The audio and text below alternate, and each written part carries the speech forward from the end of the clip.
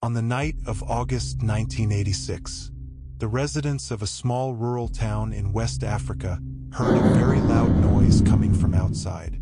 They thought it was the sound of thunder, so they didn't bother to find out what caused it.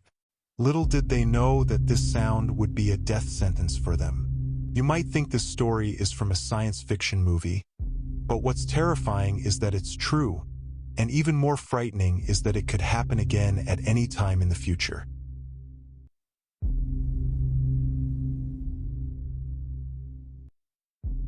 Before sunrise on August 22, 1986, a man named Ephraim couldn't sleep. He felt dizzy and confused. He lived in a mud hut on the edge of a slope. As he sat on his bed, he kept trying to remember what had happened the night before. His mind was foggy. He tried to piece together his memory, but the only thing he recalled was a loud sound, like thunder. He thought it has rained, but when he looked outside, the sky was clear, the grass was dry. No sign of rain at all. Ephraim felt something was terribly wrong. He stood up, still feeling dizzy, but eventually regained his balance. His first instinct was to check on his 4 children, but instead he found himself walking outside, as if his legs were moving on their own. He didn't know where he was going or why. The village where Ephraim lived, called Nyos, was very primitive: no electricity, no running water, and no paved roads. The village was divided into 2 parts, an upper part on the hills where Ephraim lived, and a lower part by the lake, where most of the villagers lived.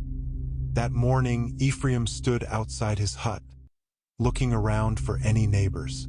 He wanted to talk to someone to make sure he was okay, to see if everyone else was okay.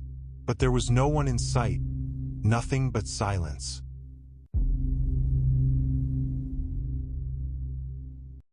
That morning, Ephraim stood outside his hut, looking around for any neighbors. He wanted to talk to someone to make sure he was okay, to see if everyone else was okay. But there was no one in sight, nothing but silence. Feeling uneasy, he decided to go down to the lower part of the village to find someone. As he made his way down, he noticed something odd. In this area, the voices of baboons are always heard, but he was not hearing any sense of any of these monkeys, nor the sound of insects buzzing, even any bird sounds. The world around him was a terrible silence. It was as if the whole world had gone quiet. Suddenly, he heard a woman screaming. He quickly looked toward the source of the sound and saw a woman, about 30 meters away, almost naked, tearing off the last remnants of her clothes. Without thinking, Ephraim ran toward her. As he got closer, he noticed something even more disturbing. The ground around her was covered with the bodies of her family members, all lying there as if they were sleeping. But they weren't sleeping, they were dead. Blood trickled from their noses, and Ephraim realized that no one was alive, neither humans nor animals. The woman continued to scream, clutching her dead father's arm, trying to wake him up. Ephraim wanted to help her, to comfort her, but the fear inside him was too overwhelming. He turned and ran, terrified, toward the lower part of the village, where the huts made of mud with tin roofs stood by the lake. But as he got closer, he saw no signs of life, no people, no animals. All the animals were dead, their bodies scattered everywhere. Desperate to find someone alive, he opened the door of the first hut he came across. Inside, he found a woman lying dead on the floor next to a bowl of corn. Her family members were also dead, lying on the ground as if they had just fallen asleep. Ephraim stumbled out of the hut, horrified by the sight of so many dead bodies, all of them seemingly untouched, with no signs of violence. It was as if their souls had been taken all at once. As he wandered through the village, still in shock, he finally encountered 2 other survivors, a man and his son, walking in a daze. Their eyes were wide open, shining brightly, and they moved like zombies, not speaking or acknowledging Ephraim as they passed by. This sight brought back a memory from Ephraim's childhood. a story his grandfather had told him, a legend about the ghosts of villagers who had drowned while trying to cross the lake long ago. Ephraim believed that these ghosts were responsible for the deaths of the villagers, and he feared that they might come after him next. The lower part of the village, which is directly in front of the lake, is usually a very lively and active place. You can see the residents next to the lake, children playing, animals walking beside them, and you will find people playing music on their drums. You always see life and movement and many people in this part, but there was a terrible silence.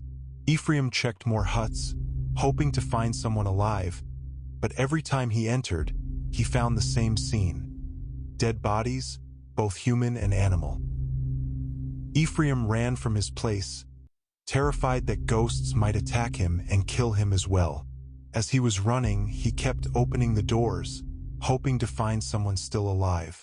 But every time he entered a house, he found corpses of people and animals around them. Until finally, as he opened one hut, he met Joseph. Joseph had passed by the same exact scenario that happened to Ephraim. They kept looking at each other for a while in shock, until one of them extended his hand and shook hands with the other. At first, the two of them were walking together, watching this horrifying scene. Then Joseph left Ephraim and went to check on the people in their homes. But every time he entered a hut, he found the people inside dead. Joseph thought this is a big deal and that he's going to need help.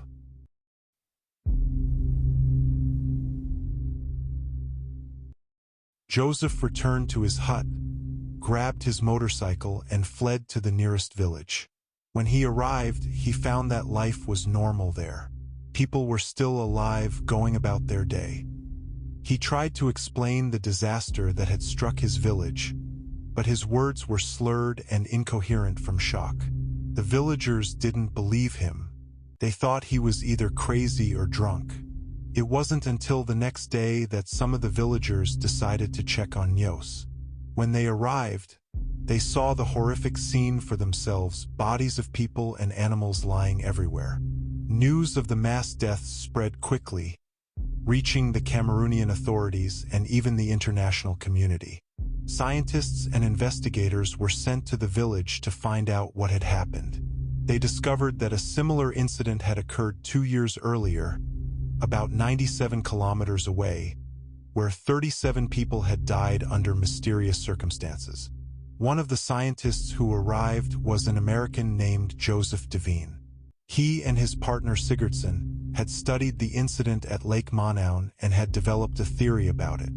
They believed that the cause of the deaths was a massive release of carbon dioxide gas from the bottom of Lake Nyos, a volcanic lake. Carbon dioxide is an invisible, odorless gas that can be deadly in large quantities.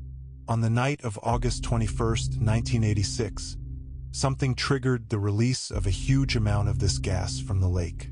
The gas formed an invisible cloud that spread over the village, suffocating people, animals, and insects alike.